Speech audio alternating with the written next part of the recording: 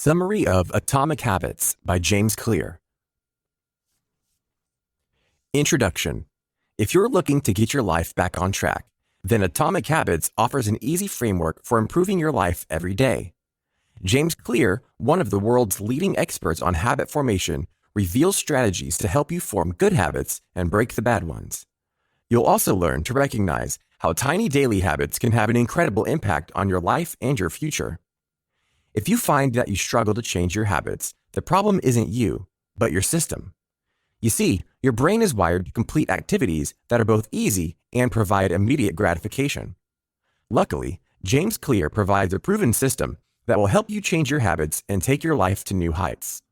Through this book, you will learn how to make time for new habits, overcome a lack of motivation and willpower, design your environment to make success easier, and learn how tracking your habits and finding an accountability partner will help you succeed. Chapter 1. Why Small Habits Can Make a Big Difference. When it comes to success, many people are focused on the wrong thing. They focus on the end goal versus the journey it takes to get there, and believe big decisions will get them to their final destination. However, this couldn't be further from the truth. In fact, 1% of improvement each day means that you will be 37 times better than you once were.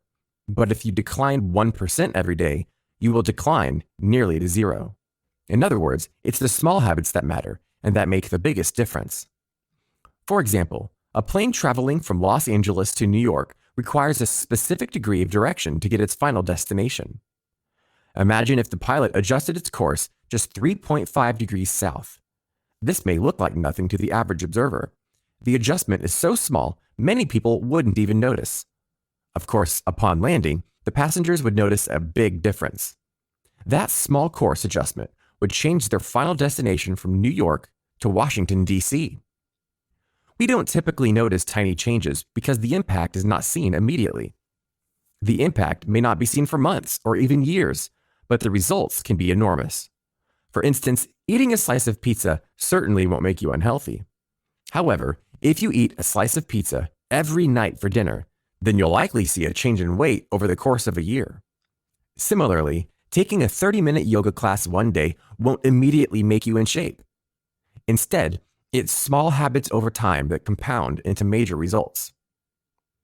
Results in life are a measure of habits. The net worth of a person is simply a measure of their financial habits. Similarly, a person's health is a measure of their daily habits of diet exercise. Time magnifies the margin between success and failure, which is why our daily choices have a greater impact than we realize. If you want to predict where you will end up in life, then simply follow the curve of your daily choices. Bad habits can affect us just as easily as good habits can build us up. This is why it's important to understand how you can design your daily habits to your advantage. The key is to make tiny changes in your behavior, which when repeated over and over, will become habits that lead to big results. Chapter 2. How Habits Are Formed. How many times do you begin a good habit, like exercise or meditation, only to find that after a few days or weeks, it's only become a real hassle? Habits are a challenge to change because many people try to change them the wrong way or try to change the wrong things. To change our habits, we must first understand how habits are formed. The process of habit building can be classified into 4 steps: cue, craving, response, and reward.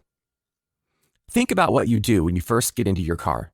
You probably put the key into the ignition, put on your seatbelt, check your mirrors, and then head on your way. You don't even think about the process, you just do it.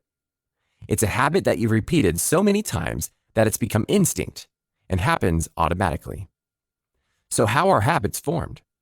Habits begin with a cue or a trigger to act. For instance, getting in your car cues you to perform an action that will get you from one destination to the next. The second step is craving for a change in state. In this case, you want to go somewhere. Your response is to put the car in drive and go. The final step is the reward, a feeling of relief or comfort that comes from arriving at your destination safely. This habit loop can be applied to many habits that you complete daily. For instance, brushing your teeth in the morning. Your cue might be eating breakfast or drinking coffee, triggering a craving to feel fresh and clean. Your response is to head to the bathroom sink and prepare your toothbrush. Your reward is a mouth that feels fresh and makes you ready to take on your day.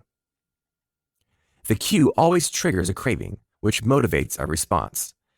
Then a reward is provided, satisfying the craving and becoming affiliated with the cue. Our behaviors are driven by a desire to solve a particular problem, which is a part of the cue and craving phase of the habit loop. For instance, the problem phase might include the cue of your phone buzzing with a new text message. The craving is that you want to learn the contents of that message. Then comes the solution phase. You respond by grabbing and unlocking your phone. The reward is satisfying the craving to read the message. Of course, these habits aren't all that bad. However, when we adopt unhealthy or bad habits, we see the effects years later, and the habit becomes harder to break. That's why it's important to understand the habit loop, so you can learn how to replace your cues, cravings, responses, and rewards to create better habits. Let's see how you can begin creating better habits. Chapter 3. Make it obvious. When it comes to cues, such as the buzzing of our phone or the drinking of coffee, we are prompted to check our messages or brush our teeth. But once you understand how our actions can be influenced by certain stimuli, you can learn how to manipulate your cues to implement better habits. For instance, Anne Thorndike, a primary care physician at the Massachusetts General Hospital in Boston, believed she could improve the eating habits of thousands of hospital staff and visitors simply by manipulating their environment. She decided to replace soda with bottled water in the refrigerators next to the cash register. But she didn't stop there. She added bottled water to every drinking station across the cafeteria. Over 3 months, the number of bottled water sold increased by 25.8%, while soda sales dropped by 11.4%. By making simple adjustments, people made healthier choices because the cue to drink water was more prevalent than soda. You see, the most powerful sensory ability in humans is our vision. The human body contains almost 11 million sensory receptors, and almost 10 million are dedicated to sight alone. In other words, visual cues are among the highest motivation for behaviors. Therefore, a small change in what we can see can lead to a big change in what we do. Luckily, we can design our environments to our advantage. But how? Let's say you want to create a habit of practicing guitar. You'll be far less likely to practice if you keep your guitar locked away in a box in your closet. Instead, you should place your guitar somewhere easily seen, like the middle of a room. If you want to eat healthier, place snacks on the counter in plain sight instead of hiding somewhere in the pantry. Want to work out more? Simply put your workout clothes and sneakers out the night before, so when you wake up, you can see them. Creating visual cues can bring attention to your desired habit. Additionally, you can create desired cues by practicing implementation intentions. This simply means that you make a plan beforehand of when, where, and how you are going to accomplish something. When you create a plan, you are more likely to stick with your habits. For instance, a study of voters in the United States found that citizens who were asked, "At what time will you vote?" and "How will you get to the voting station?" So instead of telling yourself that you're going to exercise more often, set a plan and say, "On Monday, Wednesday, and Friday, I'm going to go to spin class after work." And then pack a bag with you to bring for work and leave it in the front seat of your car so it stays in plain sight. Chapter 4. Make it attractive. Every day, we are bombarded with advertisements aimed at making clothing, food, home goods, anything more attractive. Society is filled with highly doctored versions of reality as we engineer our photographs with ideal lighting, photoshopped edits, and exaggerated features to make products more appealing and attractive to consumers. The same can be applied to our habits. The more attractive something is, the more likely we are going to adopt it as a habit. You see, when we do something pleasurable like eat food or have sex, our brains release a hormone called dopamine, which makes us feel good. But we don't actually have to do those activities. Our brains release dopamine when we anticipate those pleasurable activities as well. This is simply our brain encouraging us to partake in a certain activity and rewarding us by feeling good. Remember feeling the excitement of Christmas morning as a child? That's because children anticipate the receiving of gifts and the visiting of Santa. Their brains release dopamine that associate Christmas with feeling good. Of course, some activities that make us feel good aren't necessarily good for us. For instance, people easily become addicted to sex, drugs, and food, all of which make them feel good in the moments leading up to and during the activity. However, these addictions can affect our health and our relationships. That's why it's important to use our knowledge to our advantage when it comes to forming good, healthy habits. If we make a habit of something that we look forward to, then we'll be more likely to follow through. One way to do this is through temptation bundling. Temptation bundling aims to make habits more attractive. It works when you link an action you want to do with an action you need to do. For example, Ronan Byrne, an engineering student in Ireland, decided that he needed to exercise more, but he didn't want to exercise more, a problem many of us can relate to. Something else we can probably relate to is the fact that Ronan enjoyed watching Netflix. His solution? He hacked an exercise bike and connected it to his laptop. However, he didn't want to simply watch Netflix while riding. Instead, he wrote a code that only allowed Netflix to play if he was cycling at a certain speed. In the end, he transformed an activity that he hated and linked it with one that he enjoyed. While Ronan had the knowledge to hack an exercise bike and write code to help him bundle temptations, you don't need to be an engineer to apply this tip to your own habits. Simply downloading your favorite shows to watch while on the treadmill or rewarding yourself with a half hour of Netflix after hitting some work goals are both ways to make your habits more attractive. Chapter 5. Make it easy. Jerry Uselman, a professor at the University of Florida, assigned his film photography students a project to be submitted at the end of the semester. To begin, he divided the students into two groups. The first group was told their grade was dependent on the quantity of photos they submitted. For instance, 100 photos earned an A, 90 photos earned a B, 80 a C, and so on. The second group, however, would be graded on the quality of just one photo. Which group do you think earned the better grade at the end of the semester? The quantity group. But why?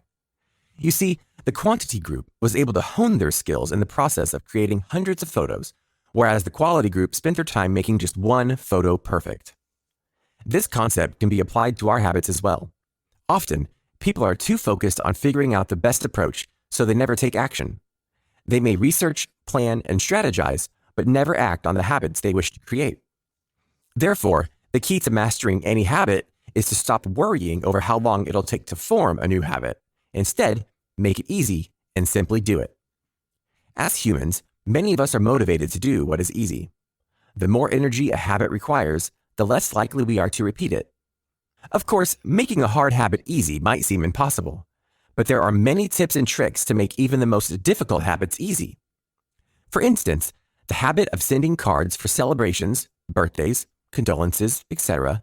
is a nice habit to have, but the effort of going out to the store, picking one out, writing a message, and finally sending it out creates friction and makes us less likely to do it. However, the author's wife has created a hack to make a habit of sending cards a bit easier. By buying cards in bulk and storing them in the house, the author and his wife are far more likely to follow through with sending cards. They made the process easy. No longer do they have to go through the effort of going to the store to buy cards. You can use this tool to stop bad habits as well. The best way to break a bad habit is to make it impractical to do. For instance, if you want to break the habit of watching TV when you come home from work, then unplug the television and take out the batteries to the remote. You'll be far less likely to go through the effort of turning on the TV and spend your time forming a new, healthier habit. Another way to make the habit forming easy is through the 2-minute rule. The basis of the rule is to start small and make the habit easy to start. For instance, instead of telling yourself that you need to study for a class, you can start with the basics and tell yourself to open my notes. Or maybe you want to make a habit of doing some yoga after work. Instead of saying, I need to do 30 minutes of yoga, tell yourself, take out my yoga mat. By breaking down the habits into simple steps, you make the habit easier to form, which means you'll be more likely to form long-term habits. Chapter 6. Make it satisfying. The last step in making a long-term habit is to make it satisfying. Successful companies understand this concept and use it to their advantage. For example, toothpaste manufacturers saw great success when they added mint to their products. Mint allowed people to enjoy the act of brushing their teeth because it led to a satisfying, minty fresh feeling. If an experience isn't satisfying, it may not be repeated again. In the 1990s, Stephen Luby worked in a neighborhood in Karachi, Pakistan, as a public health researcher. During his time there, Luby achieved a 52% reduction in diarrhea among the local children. In addition, pneumonia rates dropped by 48% and skin infections by 35%. How did he achieve this? By introducing good soap. If you grew up in a westernized society, then you understand the importance of hand washing as a basic hygiene skill. Of course, the locals of the Pakistani neighborhood understood this as well, but they failed to create a healthy habit of washing hands. Luby recognized the need for the good soap and made the act of hand washing a satisfying experience. So he partnered with Procter & Gamble to introduce a premium soap to the neighborhood. Seemingly overnight, hand washing became satisfying. The new soap lathered well and smelled nice. People now enjoyed the pleasurable experience and made a habit of washing their hands. While washing our hands or brushing our teeth brings immediate satisfaction, many other habits don't. This is called a delayed reward environment. For instance, we go to work every day, but the reward of receiving a paycheck might not come until the end of the month. Similarly, you may start going to the gym every morning, but you won't see the reward of weight loss and toned muscles until weeks or even months later. On the other hand, habits that result in immediate satisfaction might see delayed consequences. This is why people still smoke when they know the risks could cost them their lives. The consequence of cancer might not come until 20 years later, but at the moment it relieves stress and satisfies that nicotine craving. Because of these delayed consequences and delayed rewards, it's important to attach immediate gratification to habits you wish to pursue. For example, the author tells about his friends who wanted to kick the habit of going out to eat so they could get healthier and save more money. They opened a savings account they named Trip to Europe, and every time they avoided a meal out, they transferred $50 to the account. Seeing the money go into the savings created a sense of immediate gratification, so it encouraged them to keep up the habit. They made their habit satisfying, and eventually, they saw long-term rewards when they saved enough money to book their trip. Chapter 7. The Importance of Habit Tracking. Kicking a bad habit or implementing a good one can be hard. While it's satisfying to make progress, sometimes that satisfaction is delayed, causing us to give up on those healthy habits. Additionally, we crave visual evidence of progress, which we don't always see when kicking habits like smoking. Luckily, there are ways to measure your progress visually by implementing habit tracking. Habit tracking is a simple but effective technique to ensure that you are staying on track. This technique is nothing new, however. In fact, Benjamin Franklin successfully tracked his habits, who, at the age of 20, started carrying around a booklet everywhere he went.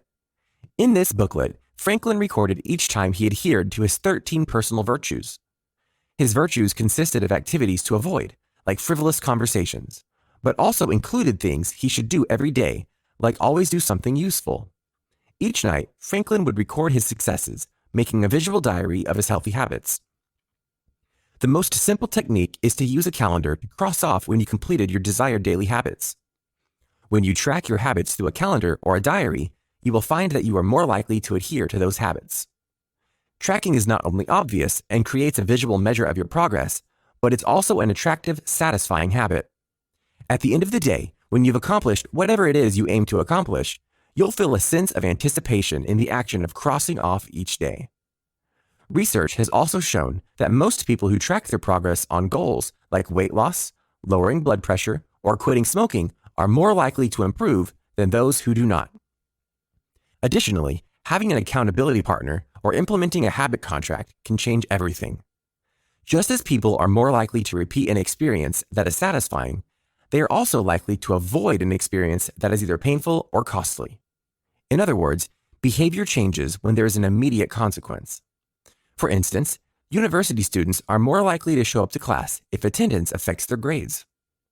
The students know the consequences of not showing up, so they do. Similarly, you can apply the same logic to help you form positive habits. For example, Brian Harris, an entrepreneur in Nashville, created a habit contract to keep him on task for working out. He had both his wife and personal trainer sign a contract which forced him to commit to getting his weight down to 200 pounds. To reach this goal, Brian tracked his food intake and committed to weighing himself each week. He then set up penalties for not doing these things. For instance, if he failed to track his food intake, he would have to pay his trainer $100, and if he failed to weigh himself, he would have to pay his wife $500. Brian's habit contract worked, not only because he was worried about losing the money, but also because he cared about what his trainer and his wife thought about him. He didn't want to let them down. In fact, knowing that someone is watching you can be enough motivation for success. This is why getting an accountability partner or signing a habit contract works well in implementing healthy habits. Final summary. While many people believe that making big changes is the key to success, it's the small things we do each day that have the biggest impact on our lives. Small daily habits will affect the person we become in the future, so it's critical that we adopt healthy habits to ensure we live long, successful lives. Of course, this is easier said than done, as forming new habits can be incredibly difficult. Luckily, there are many tips and tricks to help you implement new habits today. The 4 laws of habit forming include making it obvious, attractive, easy, and satisfying. When you can make your habits an attractive, easy, and satisfying experience, you'll be more likely to keep up with them. Additionally, an accountability partner and a habit contract will help you even further when starting new, healthy habits or kicking a bad one. This has been a summary of Atomic Habits by James Clear. The end.